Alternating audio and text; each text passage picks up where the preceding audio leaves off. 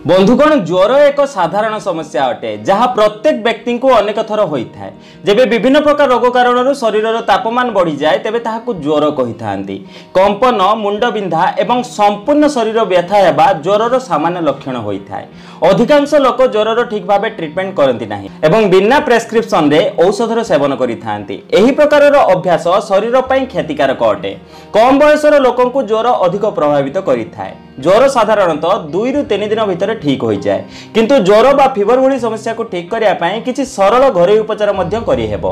आजिर video रे मु आपनकु एमिति किछि घरोई उपचार बनेबा सिखेइबी जहार प्रयोग करी आपण कोनोसी प्रकार ज्वर भली समस्या को ठीक करि परिबे। सेति पई वीडियो को शेष जाय निहाती देखंतु। किंतु ता पूर्व मु आपण माने कहि जदि आपण माने जे हम चैनल को सब्सक्राइब कर नाते तबे तल थिबा सब्सक्राइब बटन ऊपर क्लिक करि हम चैनल को सब्सक्राइब कर नियंतु एवं पाखते नोटिफिकेशन बेल ऊपर निहाती क्लिक करंतु। या द्वारा हम जो नूतन वीडियो अपलोड करबो ता नोटिफिकेशन आपण माने प्रथम पाई परिबे एवं हम चैनल माध्यम बहु किछि शिखण जिनस आपण माने सिखिबा को पाइबे। प्रथम रेमेडी को बनिया पई आपण को आवश्यक रसुण 4 पाखुड़ा रसुण नियंतु एवं सेथिरो चोपा काढी ताकू छोट छोट पीस रे काटी दियंतु। तापरे एक तावा गैस उपरे बसांतु एवं सेथिरे 1 चामच घी पकांतु।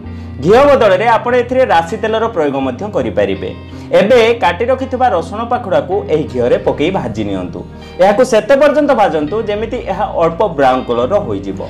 तापरे आपण एहाकू गोटे पात्र को काढी नियंतु। एबे आपण एथिरे अल्प सैंधव लूण मिसांतु जहाको हिमालयन पिंक सॉल्ट कुहा जाय, जहा आपण को कोनोसी भी पुटुली मणिया दुकान रो बहुत सहज रे मिल जिवो। एबे आपण एही रसुण रो सेवन करंतु। दिनकू थरे एही प्रकार रसुण रो सेवन करिबा द्वारा समस्त प्रकार रो ज्वर ठीक होई जाय। द्वितीय रेमेडी पई आपण को आवश्यक पुदीना पत्र एवं अदा गोटे सॉसपैन गैस उपरे बसांतु। एबे सेथिरे आपण 1 ग्लास पानी ढाळंतु। पानी अल्प गरम हो गला परे आपण सेथिरे 1 इंच लंबर गोटे छोट खंड अदा को छोट छोट पीस रे काटी पकई दियंतु। एबे सेथिरे आपण 5 ରୁ 10 टी पुदीना पत्र भलो भाबे धोई पकई दियंतु। एबे आपण एही पानी को सेते पर्यंत बॉईल करंतु जेमिति पानी फुटी फुटी आधा ग्लास होई जिवो। तापरे आपण एहाकू छाणी नियंतु। उषुम उषुम आपण एही काढ़ार सेवन करंतु। हेले ध्यान रखंतु एही काढ़ार सेवन परे 1 घंटा पर्यंत विश्राम करंतु एवं बाहरर पवन को जानतु नाही। देखिबे आपनकर ज्वर भली समस्या संपूर्ण भाबे शेष होई जिवो। तृतीय रेमेडी बनिया पई आपनको आवश्यक पानपत्र रस एवं अदा रस।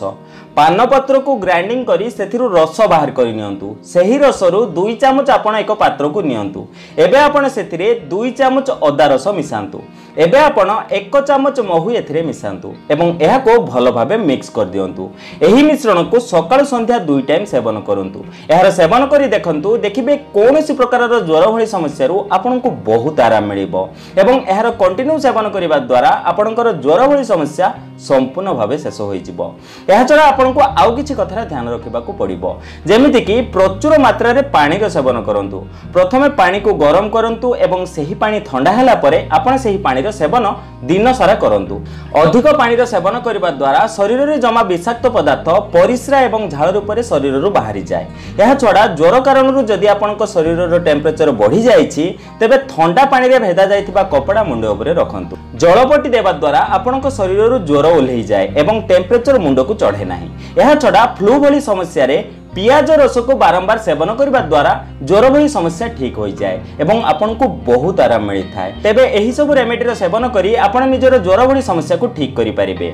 एमिति प्रकार इन्फॉर्मेटिव वीडियो समस्तक सह निहाती शेयर करंतु फଳରେ समस्त जेमिति एथरु फायदा पाई परिबे। तेबे आशा करछु आजिर एही सुंदर वीडियोटी आपन निहाती भल लागितिबो। जदि आजिर एही वीडियोटी आपन टिके भल लागिते तेबे लाइक दियंतु एवं एमिति प्रकार वीडियो देखा पय हम चैनल को सब्सक्राइब करंतु। तेबे बंधुगण आज पई एतिकी पुणी देखा हबो नूतन सुंदर अध्याय सह। धन्यवाद।